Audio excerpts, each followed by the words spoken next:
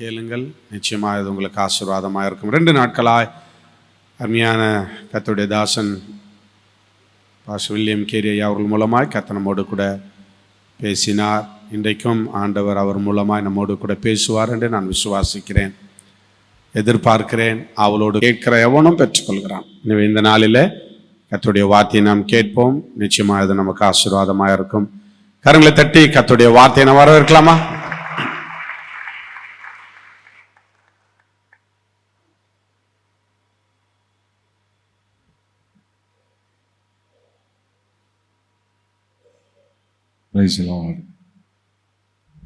கர்த்தருடைய நாமத்துக்கு மகிமை உண்டாகட்டும். இந்த 3 நாட்களாய் உங்கள் சமூகத்தில் ஆண்டவருடைய பாதத்தில் காத்திருக்கிற உங்களுக்காக நான் கர்த்தரை துதிக்கிறேன். உங்களோடு கூட இணைந்து பணியாற்ற தேவன் பாராட்டின கிருபைக்காக ஸ்தோத்திரம். என்னை அன்புடன் அழைத்த அன்பு போதகர் மகிமைதாஸ் ஐயா அவர்களுக்காக நான் கர்த்தரை துதிக்கிறேன். அவங்களோடு கூட ஒரு நீண்ட நெடிய நாட்களாக நல்ல ஒரு அறிமுகத்தை கர்த்தர் கொடுத்திருக்கிறார். கடந்த அவங்க ஏற்கனவே செம்பாக்கம் அட்வான்ஸ் சபையில் இருக்கும்போதே சில நாட்களை என்னை அழைச்சாங்க, அது வர முடியல. ஆகவே இந்த நாளிலாவது எப்படியாவது அவர் கூடும்போது மறுக்கக்கூடாது என்பதற்காக இந்த 1, 2, 3 நாட்களும் அவருடைய கிருபையில் உங்களோடு கூட வந்து நின்று ஊழியம் செய்ய கர்த்தர் பாராட்டின கிருபைக்காக நான் ஆண்டவரை துதிக்கிறேன். கண்களை மூடி ஜெபிக்கலாம். ஏசப்பா நம்ம கூட பேசணும்.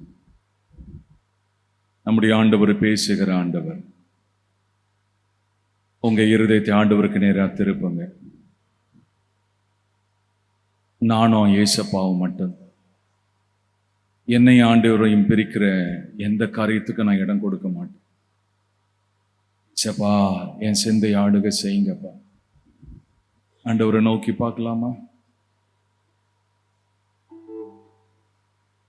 பேசும் தெய்வம் நீ,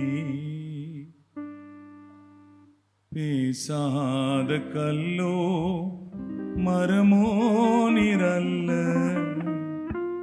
பேசும் தெய்வம் நீ, பேசும் தெய்வம் நீ, பேசாத கல்லோ மரமோ நிரல்ல. பேசும் தெய்வம் நீ, என்னை அழைத்தவர் நீ, என்றும் நடத்திடுவீ. என்னை அழைத்தவர் நீ, என்றும் நடத்திடுவீ. என் மேல் கண் வைத்து ஆலோசனை தந்து என்னோடிருப்பவர் நீ.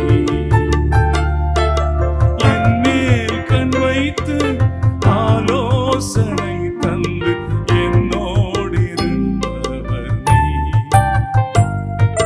பேசும் தெய்வம் நீ,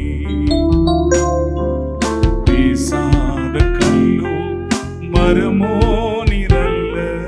பேசும் தெய்வம் நீ, என் பாரம் சுமப்பவர் நீ, என் தாகம் தீர்ப்பவர் நீ. என் பாரம் சுமப்பவர் நீ, என் தாகம் தீர்ப்பவர் நீ. என்னை போஷித்து என்னை உடுத்தி என்னோடிருப்பவர் நீ.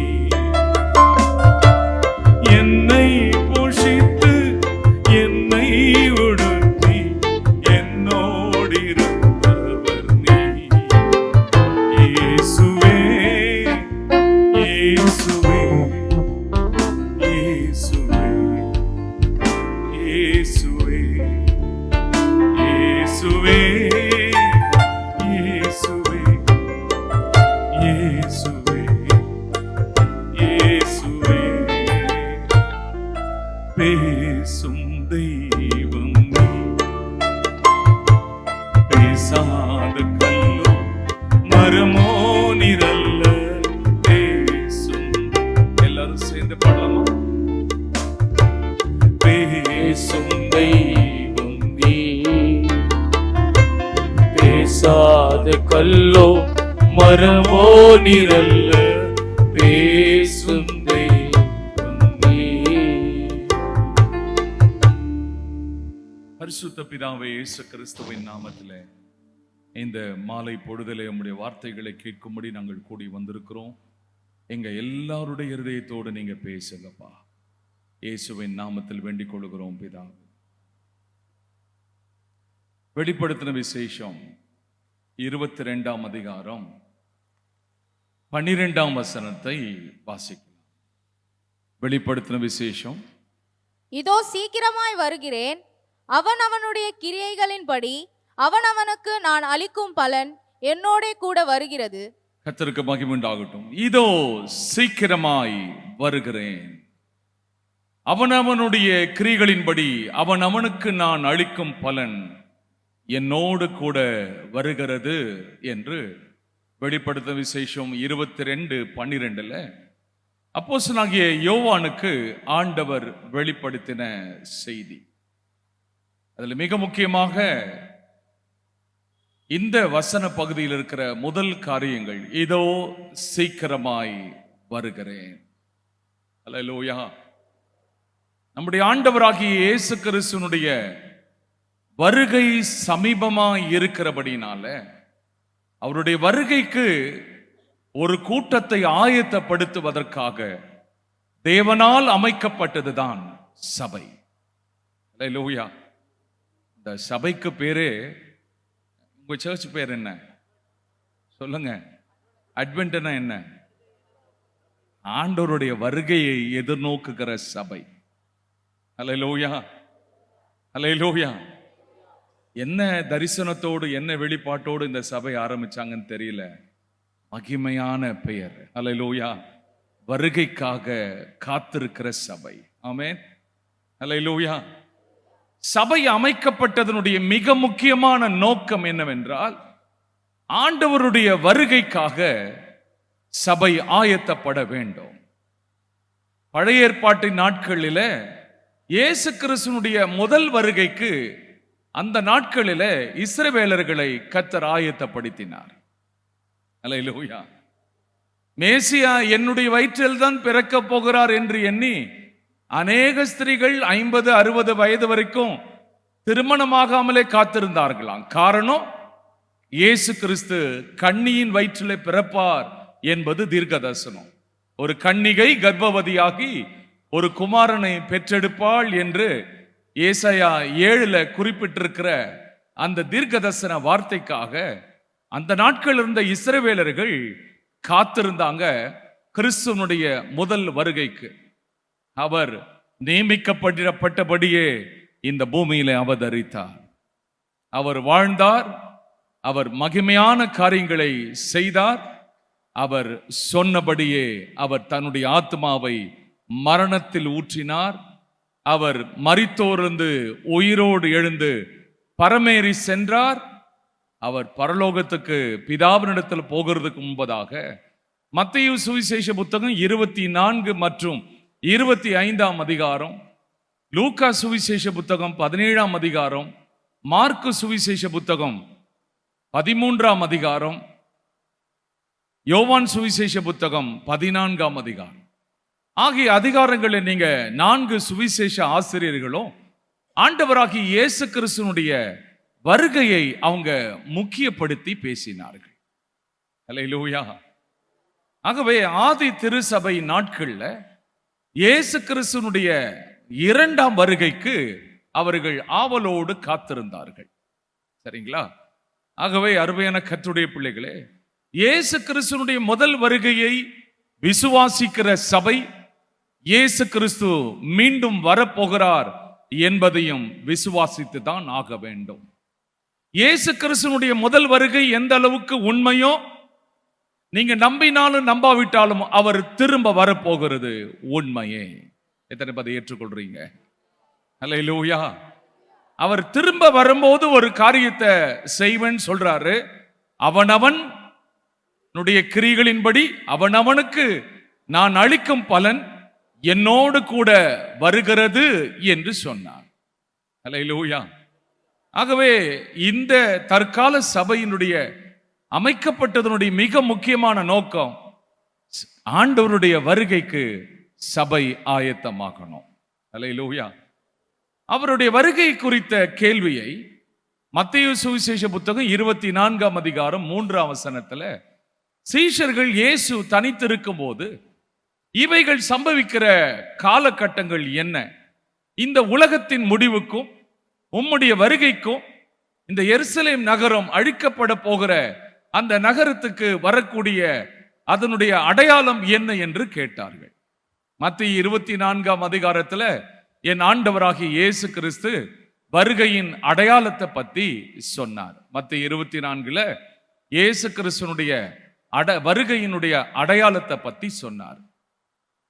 மத்தேயு 25ஆம் அதிகாரத்தையும் வருகை பத்தி தான் பேசியிருக்கிறார். வருகையின் ஆயத்தத்தை பற்றி பேசுகிற அதிகாரம் மத்தேயு 25. வருகையின் அடையாளத்தை பற்றி பேசுகிற அதிகாரம் மத்தேயு 24. அல்லேலூயா. அடையாளங்கள் என்பது யூதர்களுக்கு, ஆயத்தம் என்பது சபைக்கு. நல்ல கவனிக்கணும். யூதர்கள் எப்பொழுதுமே, இஸ்ரவேலர்கள் எப்பவுமே அடையாளத்தை கண்டாதான் விரும்புவாங்க. இது எங்க ஆரம்பிச்சதுன்னா மோசேயினிடத்தில் ஆரம்பித்தது. சரிங்களா? மோசே ஆண்டவரிடத்துல ஒரு அடையாளம் கேட்கிறான். மோசே கேட்டது பாரிய இஸ்ரவேல் ஜனங்களும் கேட்கிறாங்க. எகிப்தின் அடிமைத்தனத்திலிருந்து புறப்படும் போது அவங்களுக்கு 10 வாதைகளை கொடுத்தார் எகிப்தியருக்கு. எகிப்தியருக்கு அது வாதை, இஸ்ரவேலருக்கு அது அடையாளம். இது மோசேயினிடத்தில் ஆரம்பித்தது. இயேசுவின் நாள் வரைக்கும் அவங்க அடையாளம் அடையாளம் அடையாளம். அதனால்தான் 1 கொரிந்தியர் புத்தகம் 1ஆம் அதிகாரத்துல வாசிக்கும் பொழுது 22-23ல பவுல் சொல்கிறார், யூதர்கள் அடையாளத்தை தேடுகிறார்கள். சரிங்களா? கிரேக்கர்கள் ஞானத்தை தேடுகிறார்கள். யூதர்களுக்கு அடையாளம், கிரேக்கர்களுக்கு ஞானம். ஒன்னு அடையாளத்தை காண்பித்தாதான் நம்புவாங்க. இயேசு கிறிஸ்துனுடைய நாட்களில கூட மத்தேயு 16ஆம் அதிகாரம் 3ஆம் வசனத்துல வாசிக்கும் பொழுது வானத்திலிருந்து எங்களுக்கு ஒரு அடையாளத்தை காண்பிக்கணும்னு கேட்கிறாங்க. இந்த பொல்லாத விபச்சார சந்ததியார் அடையாளத்தை தேடுகிறார்கள் என்று இயேசு அவர்களை கடிந்து கொள்கிறதை பார்க்கிறோம். யோனா தீர்க்கதரிசியின் அடையாளமே அல்லாமல் வேறொரு அடையாளம் உங்களுக்கு கொடுக்கப்படுவது இல்லை என்ற அந்த அடையாளத்தையும் ஆண்டவர் குறித்து போனார். யூதர்களுக்கு அது அடையாளம். ஆகவே மத்தேயு சுவிசேஷ புத்தகம் 24ஆம் அதிகாரம் அடையாளத்தை பற்றி பேசுகிறது. அல்லேலூயா. ஆகவே நாம் அடையாளங்களை விட இன்றைய சபைக்கு அவசியமான தேவை ஆயத்தம் தான் தேவை. ஆமென். அல்லேலூயா.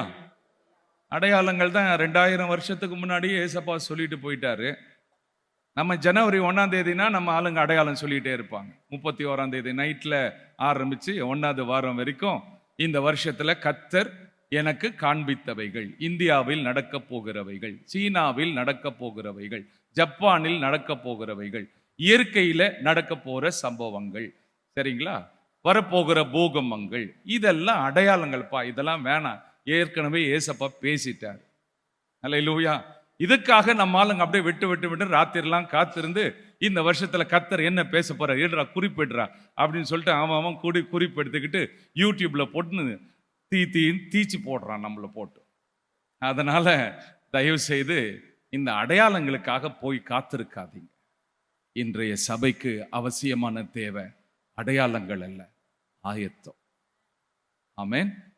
எத்தனை பேர் அதை விரும்புறீங்க? அல்லேலூயா, அல்லேலூயா. இயேசு கிறிஸ்துனுடைய வருகைக்கு அடையாளத்தை தேடிக்கொண்டிருக்காத.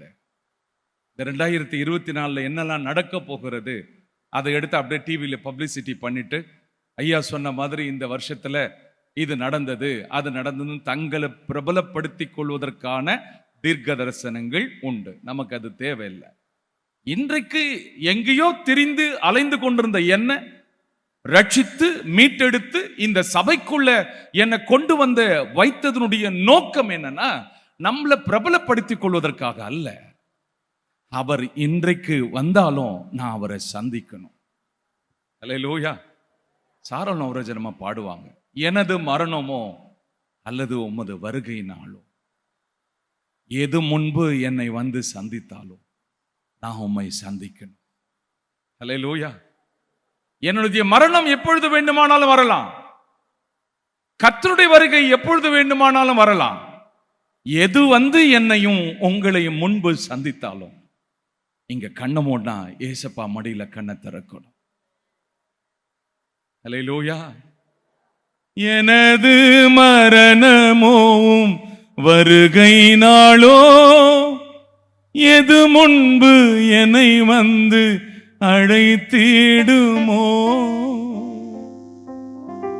அல்லேலூயா. மரணனாலுமே நம்ம அபசகுனமாவே நினைக்கிற ஆட்கள் நாமெல்லாம். மரணம் என்பது ஒரு துவக்கம். ஆமென். அல்லேலூயா. நித்தியத்துக்கான துவக்கமே மரணம் தாங்க. அந்த அம்மா பாடுறாங்க, என் கூட சேர்ந்து பாடுறீங்களா? எனது மரணமோவும் வருகை நாளோ, எது முன்பு என்னை வந்து அழைத்திடுமோ. கடைசி முடிவு நாளில் மறவாதீர் என்னை நாதா, கனிவோடு வேண்டுகிறேன் ஐயா. நிலையில்லா உலகத்தில் அலைந்தேன் ஐயா, நினைத்தென்னை அழைத்தீரே எனதேசையா. நிலையில்லா உலகத்தில் அலைந்தேன் ஐயா, நினைத்தென்னை அழைத்தீரே எனதேசையா. நினைத்தென்னை அழைத்தீரே எனதேசையா. இது நிலையில்லாத உலகம், இது தற்காலிகமான வாழ்க்கை. நிலையானது ஆண்டவர் மட்டும்தான். அல்லேலூயா. ஆகவே அடையாளத்தை எடுத்து அடையாளத்தை அறிந்து கொள்றது நல்லதுதான். அதை விட ஆயத்தம் இல்லை. எல்லாரும் மத்தேயு சுவிசேஷ புத்தகம் 25ஆம் அதிகாரம் எடுத்துங்க. அதுல 3 உவமைகள் ஆண்டவர் குறிப்பிடுகிறார். மத்தேயு 25ல 3 உவமைகள்.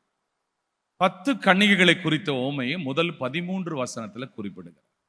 முதல் 13 வசனத்துல 10 கன்னிகைகளுடைய உவமை. 14ஆம் வசனத்திலிருந்து 30ஆம் வசனம் வரைக்கும் தாளந்துகளுடைய உவமை பத்தி பேசுறார். 14 முதல் 30 வரைக்கும் தாளந்துகளை பற்றி உவமை பேசுறார்.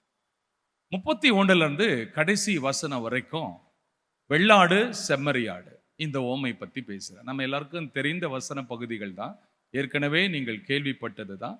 ஆனாலும் உங்களுக்கு நினைப்பூட்டுறதுக்காக சில காரியங்களை சொல்றேன், கொஞ்சம் கவனிக்கலாம். முதல் உவமை கன்னிகைகளை 10 கன்னிகைகளை பற்றிய உவமை. இந்த முதல் உவமை எதை பேசுகிறதுனா, பிரித்தெடுக்கப்படுதலை பேசுகிறது. ஆண்டவர் பிரித்தெடுக்க வருகிறார். செப்பரேஷன். ஆண்டவர் எதற்காக வருகிறார் என்றால், இந்த 3 உவமையும் பிரித்தெடுத்தலை பற்றி பேசுகிறது. சரியா? புத்தி இல்லாதவர்கள் நடுவிலிருந்து புத்தி உள்ளவர்களை பிரித்தெடுக்க வருகிறார். 5 கன்னிகைகள் புத்தி உள்ளவர்கள், 5 கன்னிகைகள் சொல்லுங்க புத்தி இல்லாதவர்கள். பார்க்கிறதுக்கு எல்லாமே ஒரே மாதிரி தான் தெரியும். ஆனால் அதுல 5 பேர் புத்தி உள்ளவர்கள், 5 பேர் புத்தி இல்லாதவர்கள்.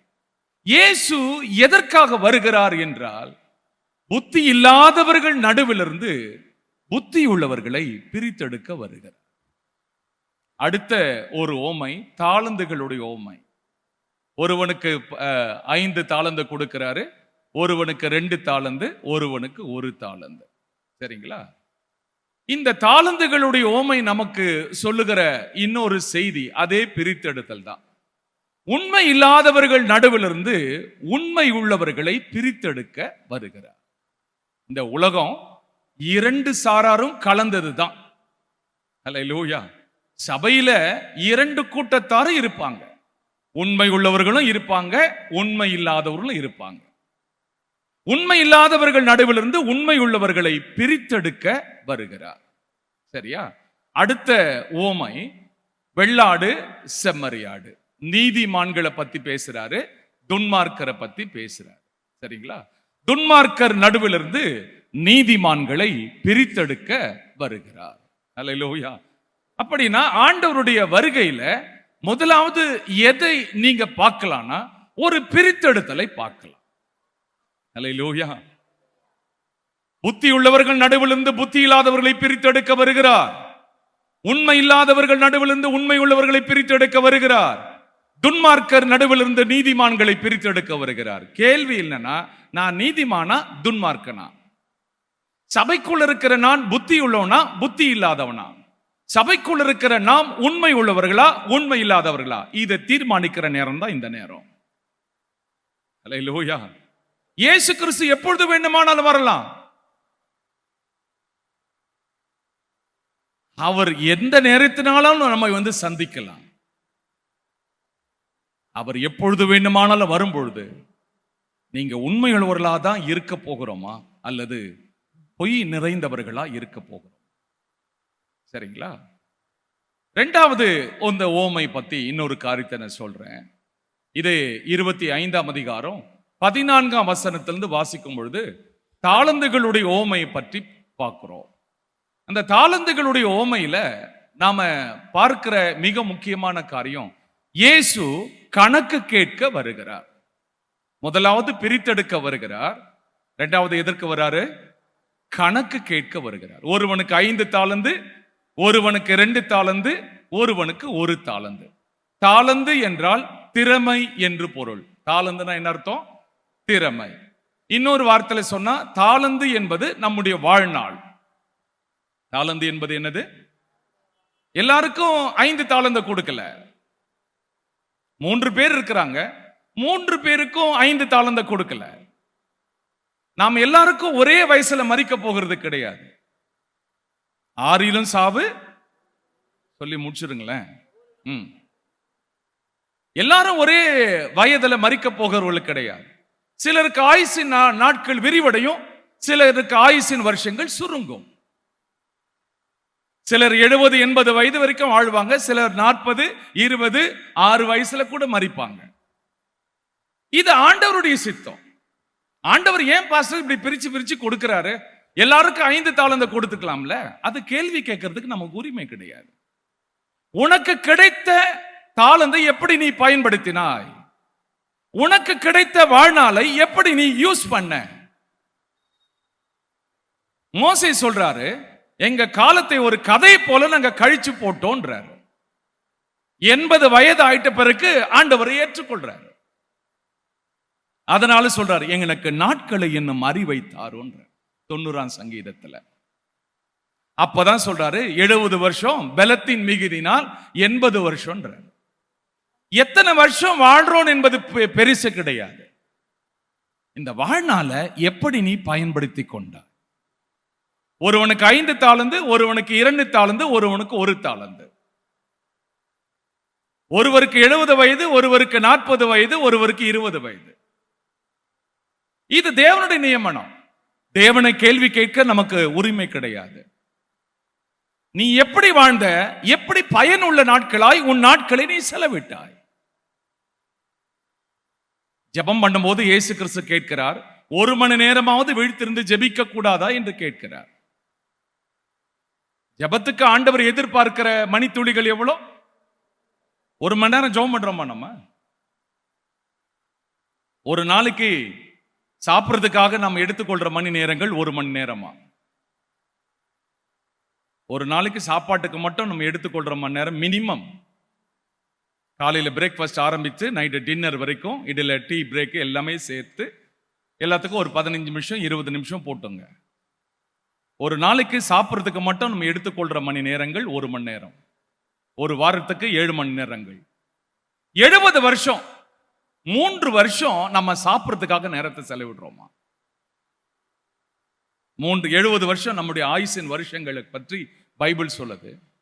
ஒரு ஊழியக்காரர் கணக்கு போட்டு சொல்றாரு, சாப்பிட்றதுக்காக நம்ம செலவிடுற மணி நேரங்கள் 3 வருஷம் சாப்பிட்டே நேரத்தை செலவிடுறோமா? சரி, சாப்பிட்றத விட்டுருங்க. தூங்குறதுக்காக 8 மணி நேரங்கள், சரிங்களா? இது இரவில் தூங்குற அந்த தூக்கம் மட்டும்தான். சர்ச்சில் வந்து தூங்குறது, பைக் ஓட்டிட்டு போகும்போதே தூங்குறது, வேலை ஸ்தலத்தில் தூங்குறதெல்லாம் அதெல்லாம் கழிச்சிருங்க. தூங்குறதுக்காக ஒரு மனுஷனுக்கு ஆண்டவர் நியமித்த மணி நேரங்கள் 8 மணி நேரங்கள். கிட்டத்தட்ட 24 வருஷம் தூக்கத்துக்காக செலவு பண்றோமா? 70 வயசுல 70 வருஷத்துல 24 வருஷங்கள் தூக்கத்துக்காக நேரம் போது 3 வருஷம் சாப்பிட்டே நேரத்தை செலவிடுறோமா? அவர் கேட்பது 1 மணி நேரம் கேட்கிறாரு. அப்போ ஆண்டவருடைய வருகையில தேவன் என்ன எதிர்பார்க்கிறார்னா, உனக்கு கொடுத்த வாழ்நாளை எப்படி நீ பயன்படுத்தினாய்? எவ்வளவு நேரம் சினிமா களியாட்டுகளுக்கு பின்பாக நீ அலைந்தாய்? எவ்வளவு நேரம் மதுபானங்களுக்கு நீ நேரத்தை செலவிட்டாய்? உன்னை உண்டாக்கின தேவனுக்கு நீ எவ்வளவு நேரம் செலவிட்டாய்? இதெல்லாம் ஒரு நாள் வரும். அந்த வருகை நாட்கள்ல உன்னிடத்திலும் என்னிடத்திலும் தேவன் கணக்கு கேட்க. அவனுக்கு 5 தாலந்தை கொடுத்தீங்களே, எனக்கு மட்டும் 1 தாலந்தை கொடுத்தீங்களே கேள்வி கேட்க கூடாது. உனக்கு கொடுத்ததை எப்படி நீ பயன்படுத்தின? ஆகவே இயேசு கிறிஸ்து திரும்ப வருகிறார், கணக்கு கேட்க வருகிறார். அல்லேலூயா. அடுத்த ஓமையை பார்க்கும் பொழுது வெள்ளாடு செம்மறியாடு, வலது பக்கத்தில் இருக்கிறவர்கள், இடது பக்கத்தில் இருக்கிறவர்கள்.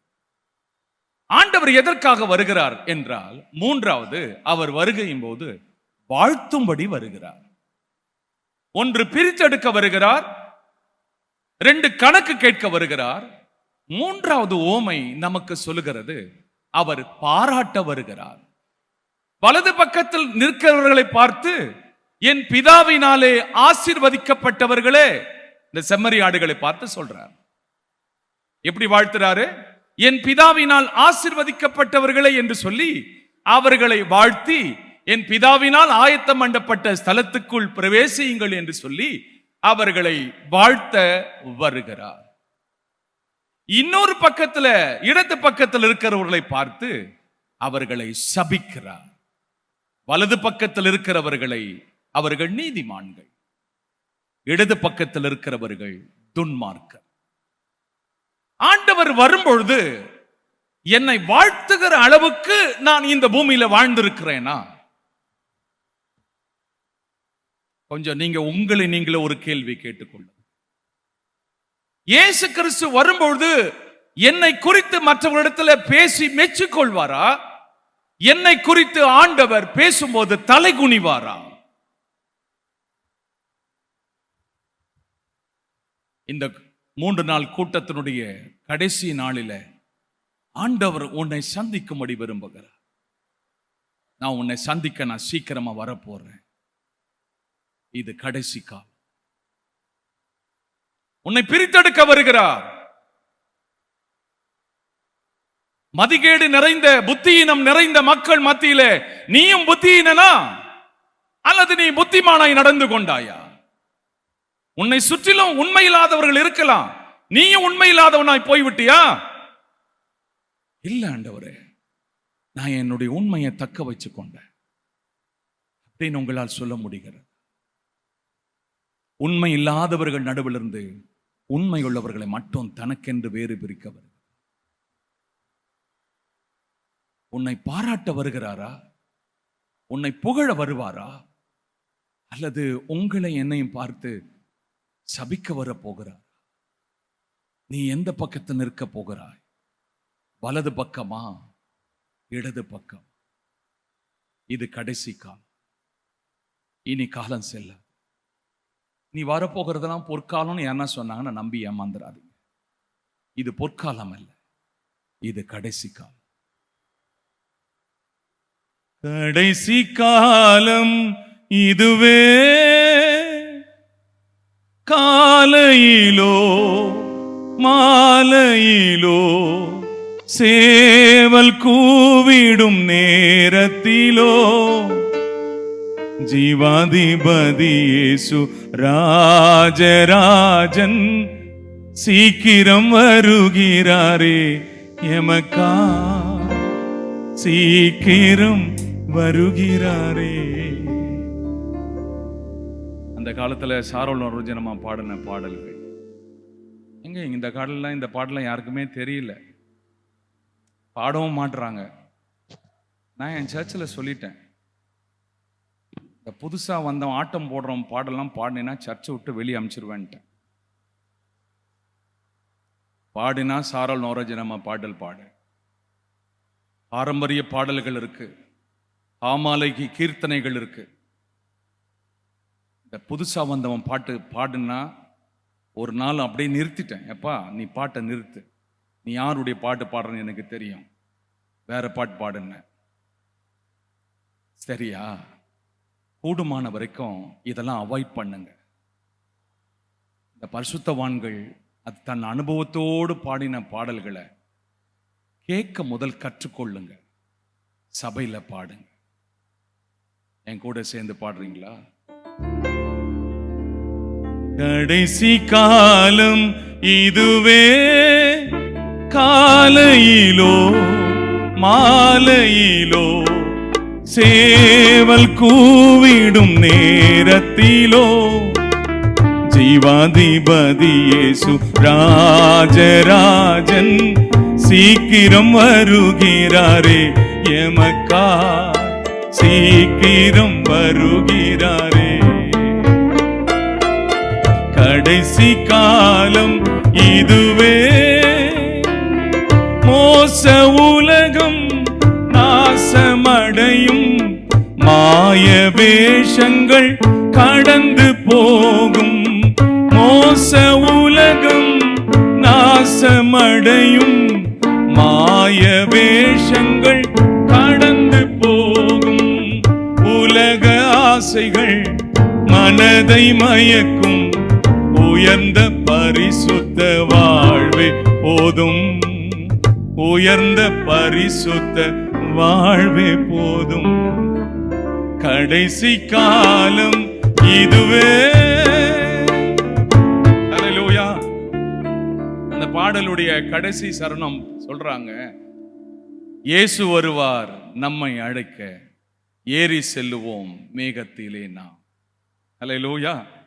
அவங்களுக்கு இருந்த தரிசனம், தாங்கள் வாழுகிற காலத்திலே கிறிஸ்து வந்து விடுவார் என்ற அந்த தரிசனத்தோடு வாழ்ந்தவங்க தான் அந்த காலத்து பரிசுத்தவான்கள்.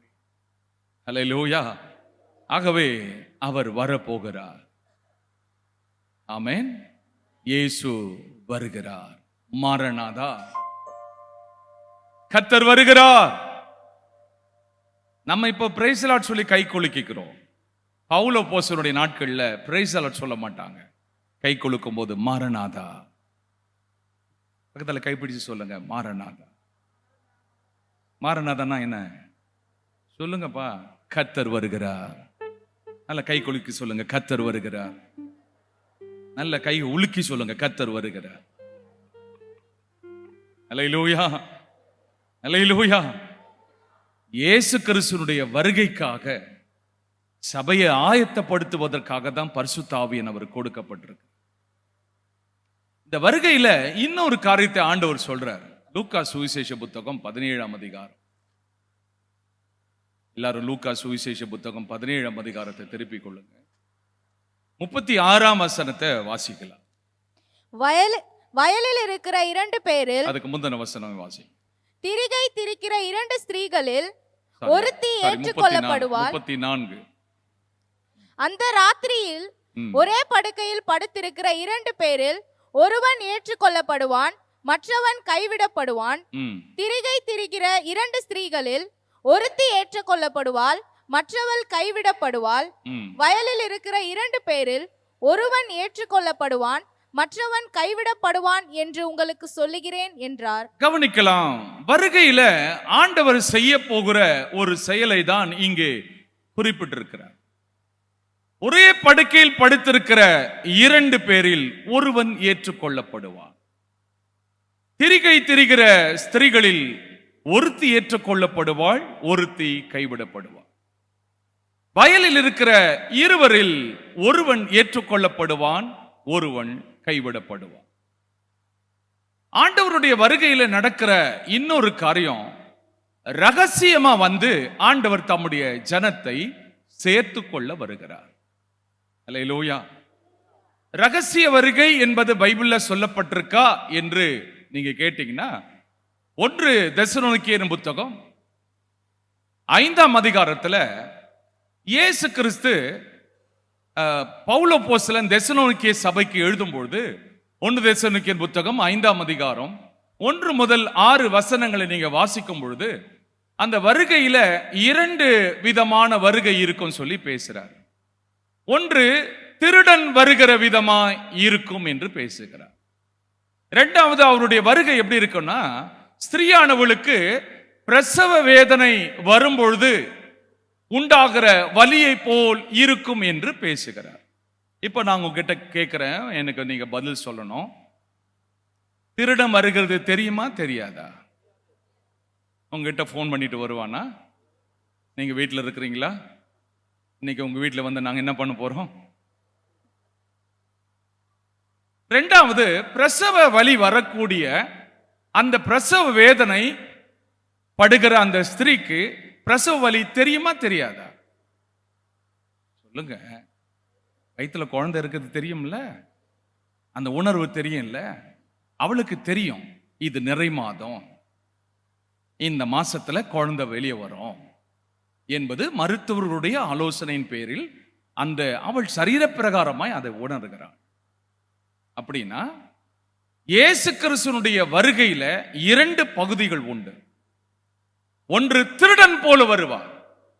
திருடன் எதுக்கு வரா? ஒரு பொக்கிஷங்களை திருட வரா.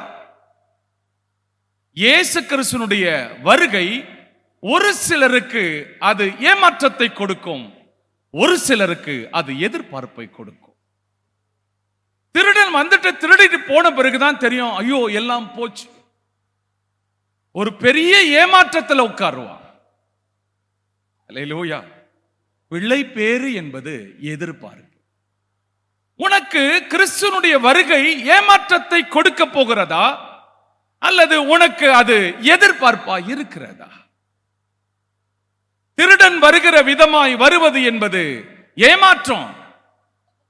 உன்னுடைய மனைவி ஜெபிச்சுக்கிட்டே இருக்கிற மனைவியா இருக்கலாம். ரகசிய வருகையில அவங்கள கர்த்தர் எடுத்துப்பாரு. நீ எழுந்து விழித்து பார்ப்பாய், உன் மனைவி உன் பிள்ளைகள் அங்க இருக்க மாட்டாங்க. உனக்கு ஒரு பேரதிர்ச்சியா இருக்கும்.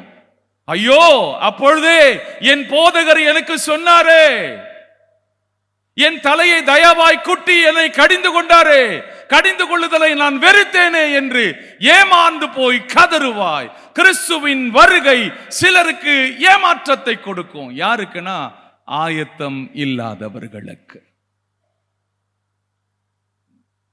பால் கொடுக்கிற தாயானவள் பிள்ளை பேரோடு காத்திருக்கிற அந்த பெண்ணுக்கு அது ஒரு எதிர்பார்ப்பு. அல்லேலூயா.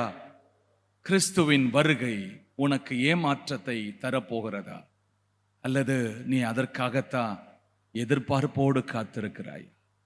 அதான் அந்த பாடலுடைய கடைசி வரிகளில் அந்த அம்மா பாடுறாங்க, இயேசு வருவார் நம்மை அழைக்க, ஏறி செல்லுவோம் மேகத்திலே நாம். பாடலாமா? இயேசு வருவார் நம்மை அழைக்க, ஏறி செல்லுவோம் மேகத்திலே நாம். இயேசு வருவார் நம்மை அழைக்க, ஏறி செல்லுவோம் மேகத்திலே நாம். தலையை உயர்த்தி நிமிர்ந்து நோக்குவோம், திரும்பி வருகிறார் அன்புடனே, திரும்பி வருகிறார் அன்புடனே. கடைசி காலம் இதுவே, காலையிலோ மாலையிலோ சேவல் கூவிடும் நேரத்திலோ ஜீவாதிபதி இயேசுராஜன் சீக்கிரம் வருகிறாரே, எமக்காய் சீக்கிரம் வருகிறாரே. அல்லேலூயா. ஆண்டவர் ஆண்டவர் இங்கே குறிப்பிடுகிற இரண்டு சாராரை பற்றி பேசணும்னு விரும்புறேன். ஒரே படுக்கையில் படுத்திருந்த இரண்டு பேர். ஆதியாகமத்தின் புத்தகம் 25ஆம் அதிகாரம் 25ஆம் வசனத்தை வாசிக்கலாம். ஆதியாகமம் 25:25. மூத்தவன் சிவந்த நிறமுள்ளவனாயும் சர்வாங்கமும் ரோம அங்கி போர்த்தவன் போலவும் வெளிப்பட்டான். 24 இருந்து வாசிங்க. பிரசவ காலம் பூரணமான போது அவள் கர்ப்பத்தில் இரட்டை பிள்ளைகள் இருந்தது. மூத்தவன் சிவந்த நிறமுள்ளவனாயும் சர்வாங்கமும் ரோம அங்கி போர்த்தவன் போலவும் வெளிப்பட்டான். போதுமா, கொஞ்சம் கவனிக்கலாம். ஒரே படுக்கையில் படுத்திருந்த இரண்டு பேர், ஒருவன் ஏசா, மற்றொருவன் யாக்கோபு. அல்லேலூயா. ஒரே படுக்கையில் படுத்திருந்த இரண்டு பேரில் ஒருவனை ஏற்றுக்கொள்ளுகிறார், ஒருவன் கைவிடப்படுகிறார். அல்லேலூயா. ஏசாவை வெறுத்து யாக்கோபை சிநேகித்தேன். மல்கியா தீர்க்கதரிசியின் புத்தகம் 1ஆம் அதிகாரம் முதல் 3 வசனங்கள். ஒருவனை ஏற்றுக்கொள்ளுகிறார், ஒருவனை ஆண்டவர் பகைக்கிறார். ஏசாவை வெறுத்தேன், யாக்கோபை சிநேகித்தேன். 27ஆம் வசனம் வாசிங்களேன். ஏன் ஆண்டவர் வெறுக்கிறார், ஏன் சிநேகிக்கிறார்னு பார்க்கலாம். 27 ஆதியாகமம் 25:27. இந்த பிள்ளைகள் பெரியவர்கள் ஆன போது ஏசா வேட்டையில் வல்லவனும் வன சஞ்சாரியுமாய் இருந்தான். யாக்கோபு குணசாலியும் கூடாரவாசியுமாய் இருந்தான். ஒருவன் வனசஞ்சாரி, ஒருவன் கூடாரவாசி. அல்லேலூயா. ஒருவன் யாரு? ஏசா வனசஞ்சாரி, யாக்கோபு கூடாரவாசி. அல்லேலூயா. ஆண்டவருக்கு வனசஞ்சாரியை விட கூடாரவாசியை தான் ரொம்ப பிடிக்கும். சரியா? வனசஞ்சாரி யார்னா பலசாலி, கூடாரவாசி யார்னா குணசாலி. ஒருவன் புறம்பான வாழ்க்கையை விரும்புகிறவன், ஒருத்தன் உள்ளான வாழ்க்கையை விரும்புகிறவன். வனசஞ்சாரி என்பது புறம்பான வாழ்க்கை, கூடாரவாசி என்பது உள்ளான வாழ்க்கை. அல்லேலூயா. இந்த புறம்பான மாற்றத்தை விட உள்ளான மாற்றத்தை தான் கர்த்தர் விரும்புகிறார். அப்படின்னா ஆண்டவர் வரும்பொழுது அந்த ரகசிய வருகையில யார் காணப்படுவாங்கன்னா, புறம்பான மேலாட்டமான கிறிஸ்தவ வாழ்க்கை வாழ்ந்தவர்களை கர்த்தர் ஏற்றுக்கொள்ள மாட்டார். உள்ளான மாற்றத்தை அடைந்தவர்களை தான் ஏற்றுக்கொள்ள. அவன் பலசாலி, இவன் குணசாலி. இயேசு கிறிஸ்துவை ஏற்றுக்கொண்ட பிறகு நாம பெரிய பணக்காரர் ஆயிட்டோம் என்பது முக்கியம் கிடையாது. என்னுடைய குணம் மாற்றம் அடைந்தது, இதுதான் முக்கியம். அல்லேலூயா. ரட்சிக்கப்பட்டிருக்கும் பாஸ்டர், ஞானசானம் எடுத்துட்டேன், இன்னும் அதே குடிசை வீட்டில் தான் இருக்கிறேன், இன்னும் அதே தரித்திரம், ஒன்றும் தப்பு கிடையாது, ஒன்றும் பாவம் கிடையாது. இயேசு கிறிஸ்துவை ஏற்றுக்கொண்டு என் குணம் இன்னும் மாறல என்பதுதான் பரிதாபத்துக்குரியது. ஆண்டவர் எதிர்பார்க்கிறார் பலசாலிகளை அல்ல, குணசாலி எதிர்பார்க்கிறார். வனசஞ்சாரி அல்ல, கூடாரவாசிகளை கர்த்தர் எதிர்பார்க்கிறார். நம்ம வாழ்க்கை கூட ஒரு கூடார வாழ்க்கை தான். அல்லேலூயா. நம்ம வாழ்க்கையோட என்ன வாழ்க்கை? கூடார வாழ்க்கை. இஸ்ரவேல் ஜனங்களை எகிப்தின் அடிமைத்தனத்தில் வெளியே கொண்டு வந்து அவர்களை வனாந்தரத்தில் வழிநடத்தும் போது அவர்களை கூடாரங்களில் குடியிருக்க வைத்தாராம். 2 கொரிந்தியர் புத்தகம் 5ஆம் அதிகாரம் 1ஆம் வசனத்துல நம்ம வாழ்க்கை கூட ஒரு பூமிக்குரிய கூடாரமாகிய நம்முடைய வீடு அழிந்து போனாலும் தேவனால் கட்டப்பட்ட கைவேலை அல்லாத நித்திய வீடு நமக்கு உண்டு என்று நாம் அறிந்திருக்கிறோம். அல்லேலூயா, அல்லேலூயா. இந்த வாழ்க்கை கூடார வாழ்க்கைங்க. சரியா? இந்த கூடாரத்திலே இருந்து நம்ம யாரை போய் சந்திக்கணும்? இயேசுவை போய் சந்திக்கணும். அவன்தான் ஒரே படுக்கையில் படுத்திருந்த 2 பேரில் ஒருவன் வனசஞ்சாரி, ஒருவன் கூடாரவாசி. கூடாரவாசியே, நித்தியர் இருக்கையில் நீ ஏன் கலங்குகிறாய்? கடந்திடும் காலம் கலைந்திடும் வேஷம் நீ ஏன் பதறுகிறாய்? நீ மேலானவைகளை தேடு, நித்தியர் இயேசுவை நாடு. நீ மேலானவைகளை தேடு, நித்தியர் இயேசுவை நாடு. கொலோசைக்கு நிருபம் 3ஆம் அதிகாரம் 1ஆம் வசனத்துல சொல்றாரு, நீங்கள் கிறிஸ்துவுடனே கூட எழுந்தது உண்டானால் கிறிஸ்து தேவனுடைய வலது பார்சத்தில் வீற்றிருக்கும் மேலானவைகளை தேடுங்கள், பூமிக்குரியவைகளை அல்ல, மேலானவைகளையே நாடுங்கள். அல்லேலூயா. நாம யாரு சொல்லுங்க? கூடாரவாசி. நமக்கு இங்கு இல்லை நித்திய வாழ்வில் தானே, நீ மேலானவைகளை தேடு, நித்தியர் இயேசுவை நாடு. நீ மேலானவைகளை தேடு, நித்தியர் இயேசுவை நாடு. செல்வம் சுகமோடும் பேர் புகழோடும் சுகித்து நீ வாழ்கிறாயோ? செல்வம் சுகமோடும் பேர் புகழோடும் சுகித்து நீ வாழ்கிறாயோ? சந்தேகம் இல்லை, மரணம் ஒரு நாள் உன்னையும் சந்திக்குமே.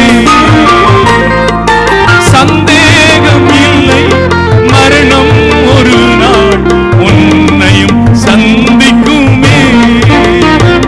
நீ மேலானவைகளை தேடு, நித்தியர் இயேசுவை நாடு. நீ மேலானவைகளை தேடு, நித்தியர் இயேசுவை நாடு. நீ மேலானவைகளை தேடு, நித்தியர் இயேசுவை நாடு. நீ மேலானவைகளை தேடு, நித்தியர் இயேசுவை. எல்லாம் சேர்ந்து பாடாம, நீ மேலானவைகளை தேடு, நித்தியர் இயேசுவை நாடு. நீ மேலானவைகளை தேடு, நித்தியர் இயேசுவை நாடு. ஒரே படுக்கையில் படுத்திருக்கிற 2 பேரில் ஒருவன் ஏற்றுக்கொள்ளப்படுவான். ஒருவனுக்கு தெரிஞ்சிடுச்சு அப்பாவுடைய சொத்து என்பது கிருபை. அல்லேலூயா. சேஷ்டபுத்திர சுதந்திரத்தை பத்தி எபிரேயர் 12ஆம் அதிகாரத்துல 14ஆம் வசனத்துல பவுல் சொல்றாரு, அந்த எபிரேயர் ஆசிரியர் சொல்றாரு, அது தேவனுடைய கிருபையா. ஒருவனும் தேவனுடைய கிருபையை இழந்து போகாதபடிக்கு, ஒருவேளை போஜனத்துக்காக தன் சேஷ்டபுத்திர பாகத்தை விற்று போட்ட ஏசாவை போல சீர்கெட்டவனாய் இராதபடிக்கு எச்சரிக்கையாயிருங்கள்ட்டான். காரணம், ஒருவேளை இந்த மாம்ச இச்சைகளை பூர்த்தி செய்வதற்காக நித்தியமாய் கிடைக்கக்கூடிய அந்த கிருபை இழந்துட்டானா. அவன் சொல்றான், நான் இப்போத சாக போறேன், இந்த கூடி எனக்கு எண்ணத்திற்குன்ட்டான். அல்லேலூயா. சாப்பிட்ட உடனே செத்துட்டானா? அவன் பசியா இருக்க உடனே செத்துருவானா? சொல்லுங்க. ஈசாக்கும் அப்படிதான். நான் இப்போத சாக போறேன், நான் சாகிறதுக்கு முன்னாடி எனக்கு ருசி உள்ள பதார்த்தத்தை அவன் வேட்டையாடி கொண்டு வந்ததை சாப்பிட்டுட்டு அவன் உடனே அவன் செத்துட்டான். அவன் போயிட்டு திரும்பி வர வரைக்கும் உயிரோடு இருந்தாங்க. நம்ம சாப்பிடலன்னா உடனே செத்துருவோன்ற ஒரு பயம் வந்துடுது. நீ சாக மாட்டப்பா, எல்லாரையும் போட்டு தள்ளிட்டு தான் நீ போவ கட்சி. சரியா? செத்துற மாதிரி நான் சாக போறேன். கட்சி வரைக்கும் அவன் சாவல, அழுறான், எஞ்சுறான்.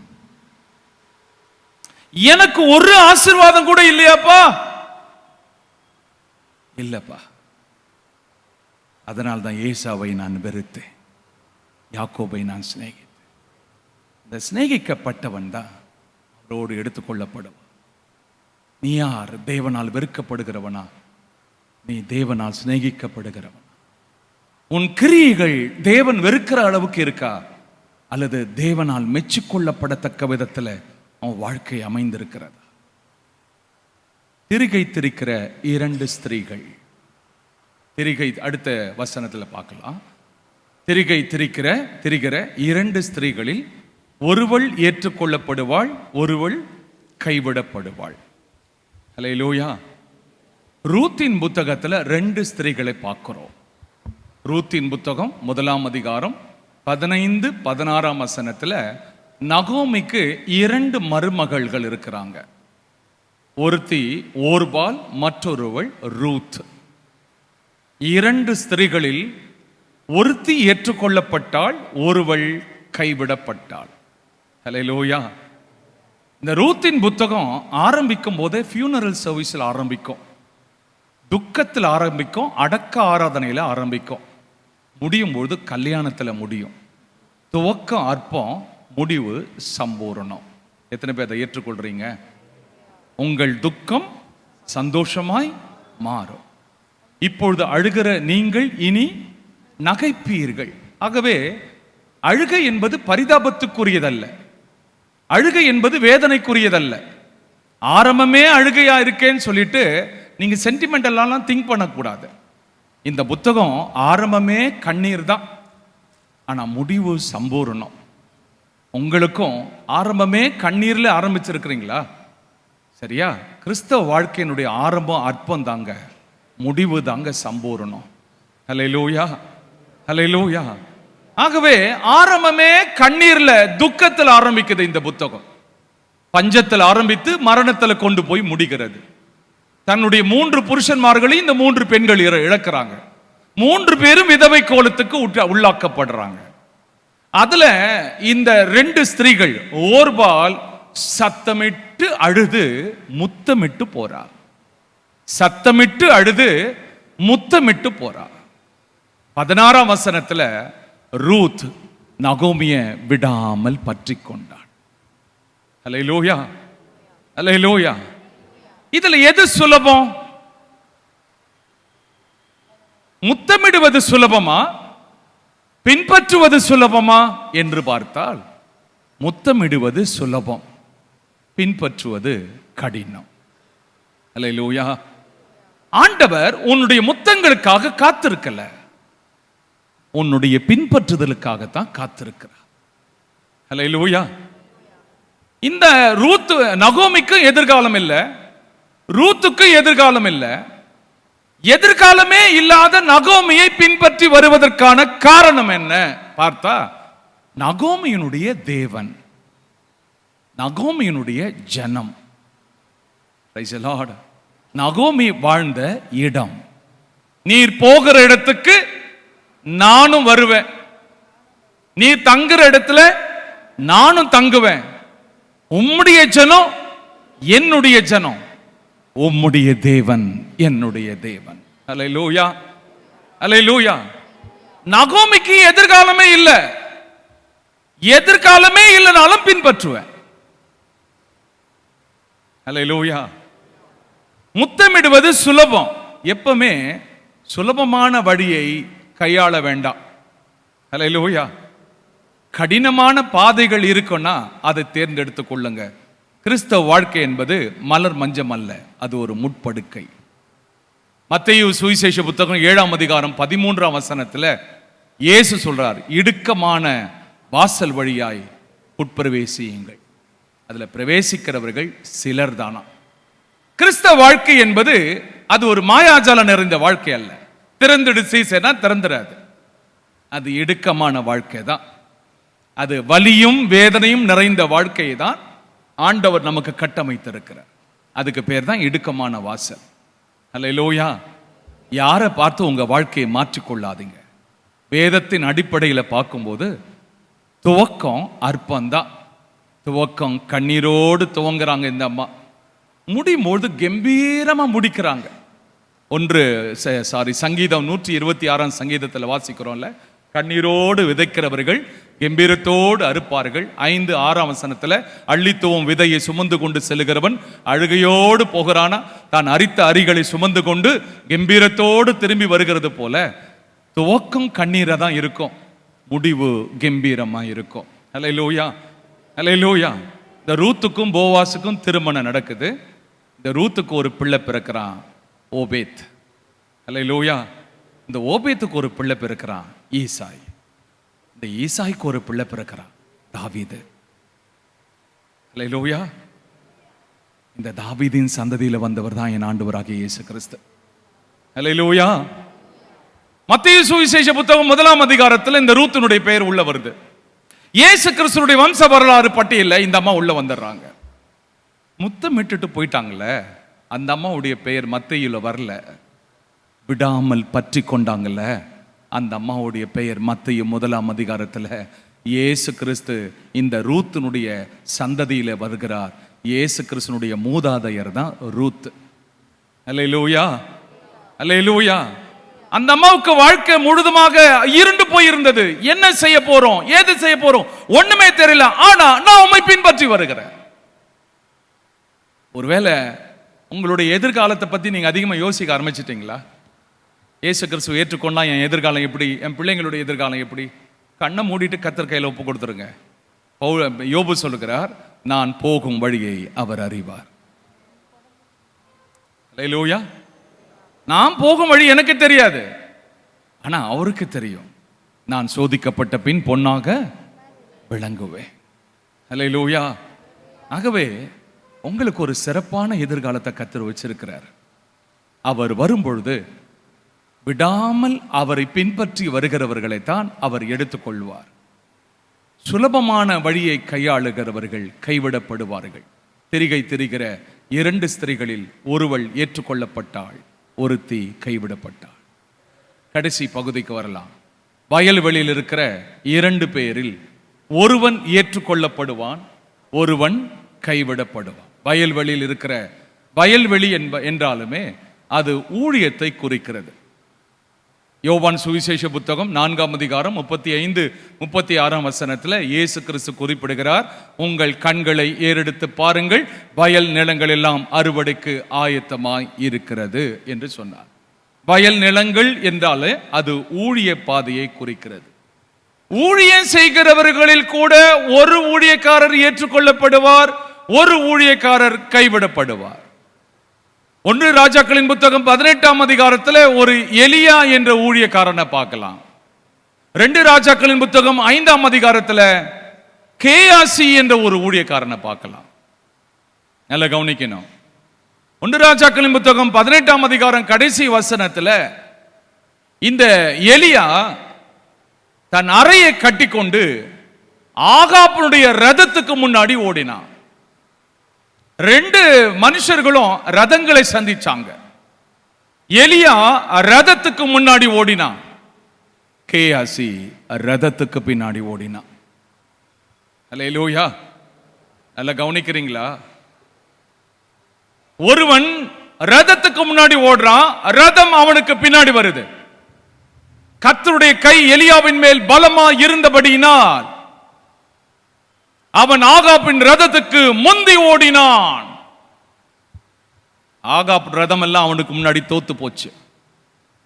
அவன் கர்த்தருடைய வருகையில எடுத்துக்கொள்ளப்படும் போது எலிசா அவனை பார்த்து கத்தி கூப்பிடுறான். 2 ராஜாக்களின் புத்தகம் 2ஆம் அதிகாரம் 10-11 வசனத்தில் வாசிக்கும் பொழுது, என் தகப்பனே, என் தகப்பனே, இஸ்ரவேலுக்கு ரதமும் குதிரை வீரருமாய் இருந்தவரே என்று பேசுறான். எலியா யார் தெரியுமா? அவன் ஒரு ரதம். ஒரு ரதம் வந்து நின்றா படைகள் எப்படி நடுங்குமோ, எலியா என்ற ஒரு மனுஷன் வந்து நின்றா இஸ்ரவேல் தேசமே நடுங்குகிறது. காரணம், அவன் ரதத்துக்கு பின்னாடி ஓடினவன் அல்ல, ஆகாபினுடைய ரதத்துக்கு முன்னாடி ஓடினான். கேயாசி நாகமானுடைய ரதத்துக்கு பின்னாடி ஓடுறான். எதற்காகனா, நாகமான் கொண்டு வந்த பொக்கிஷங்களை. நீ யாருக்கு பின்னாடி ஓடுகிறாய்? பணத்துக்கு பின்னாடி ஓடுகிறாயா, அல்லது பணம் உனக்கு பின்னாடி வருகிறதா? காசெல்லாம் பின்னாடி வரணும், நாம எல்லாம் முன்னாடி போனோம். ஒரு நாளும் பணத்துக்கு பின்னாடி போய் நின்றக்கூடாது. அல்லேலூயா. ஊழியம் செஞ்சா இப்படிதான் செய்யணும்ன்ற தீர்மானத்தோடு நில்லுங்க. அல்லேலூயா, அல்லேலூயா. காரணம், வேலையால் கூலிக்கு ஆத்திரன். வேலை செஞ்சா கண்டிப்பா கூலி கிடைக்கும். நமக்கான எஜமான் அவர்தான். அல்லேலூயா. ஊழியக்காரர்களுக்கு எஜமான் யாரு? ஏசப்பா தான் எஜமான். அல்லேலூயா.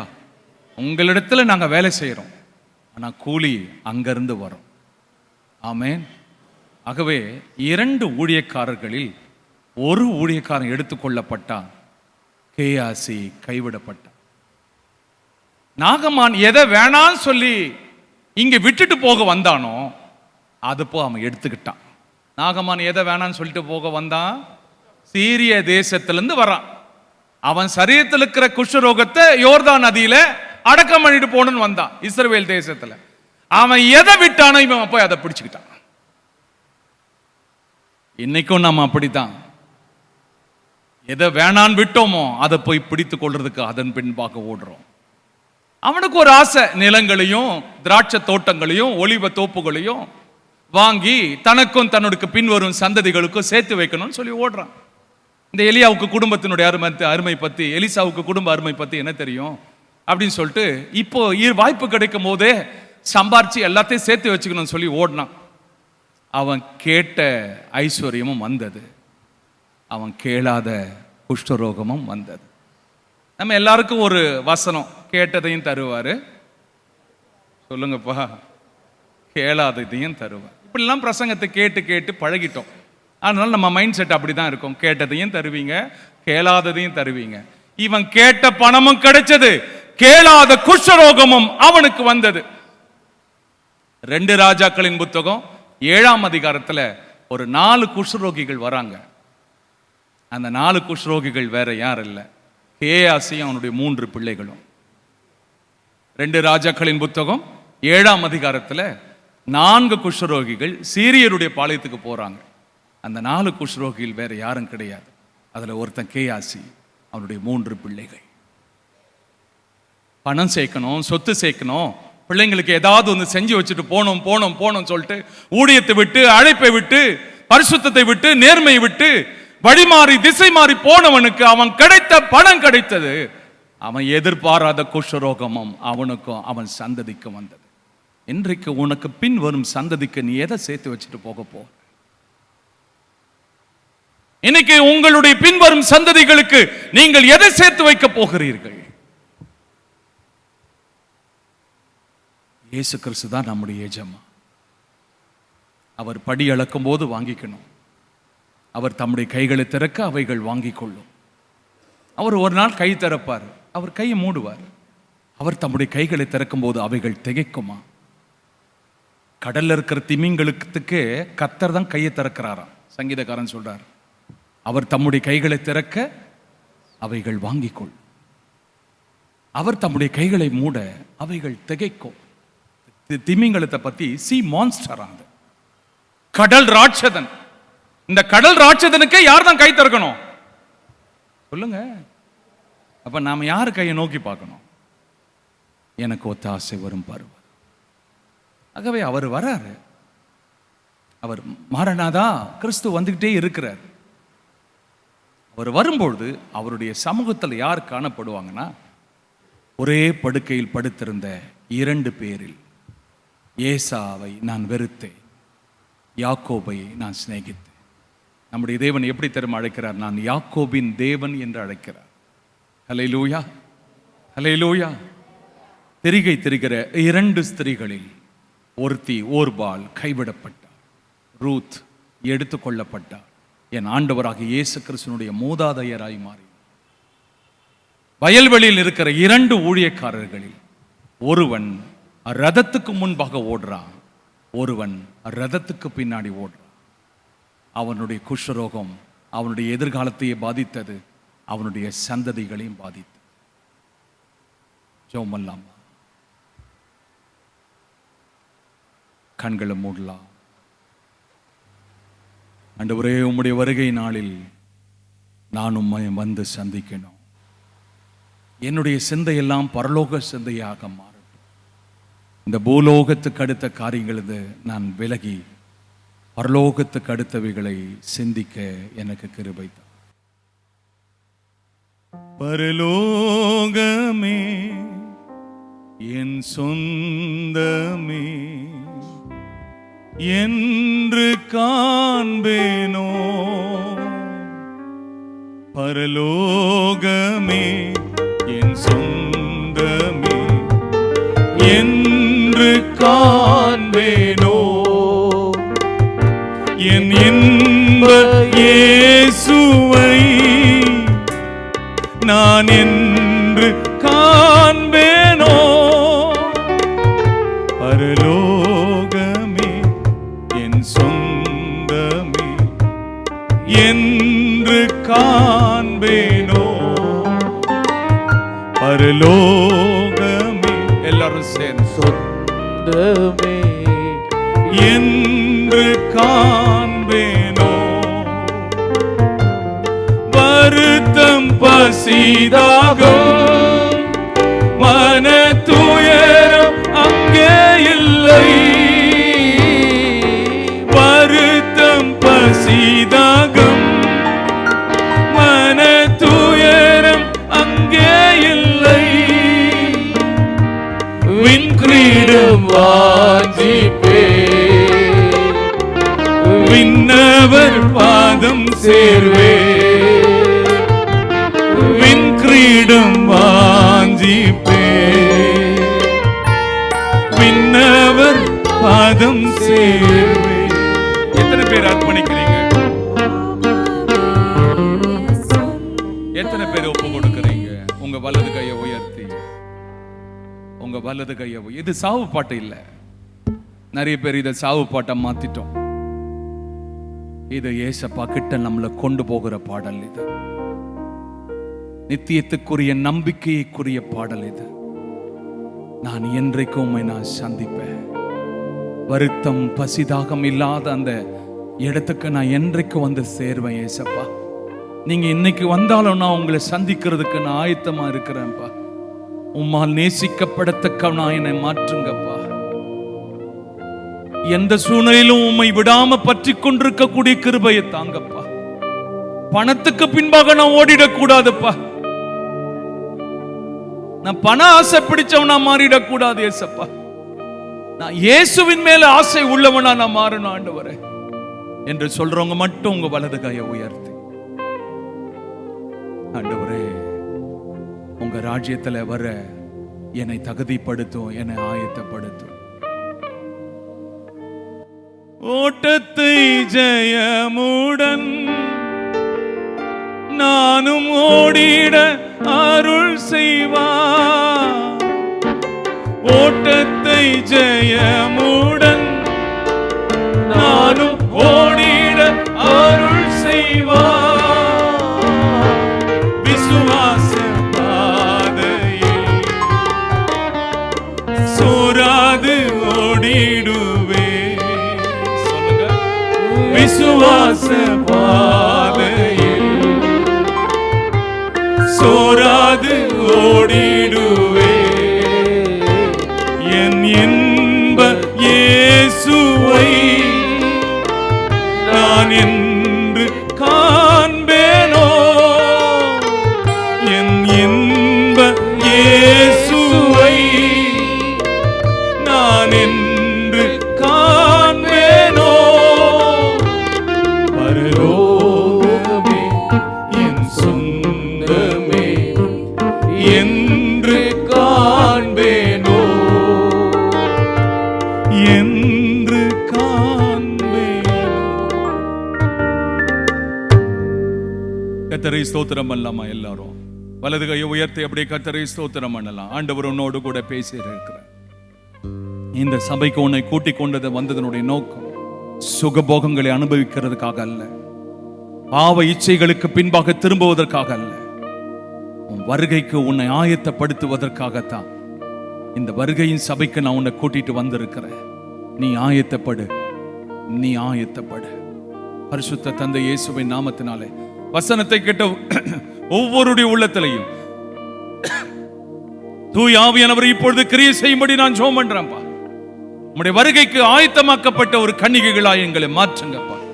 உண்மை உள்ள புருஷர்களாய் எங்களை மாற்றுங்கப்பா.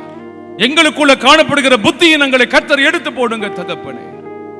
எங்களை புத்திமானாய் நடந்து கொள்ளக்கூடிய கிருபையை தாரும். எங்களை தாழ்த்துகிறோம், ஒப்பு கொடுக்கிறோம். இயேசுவின் நாமத்தில் வேண்டுகிறோம் பிதாவே.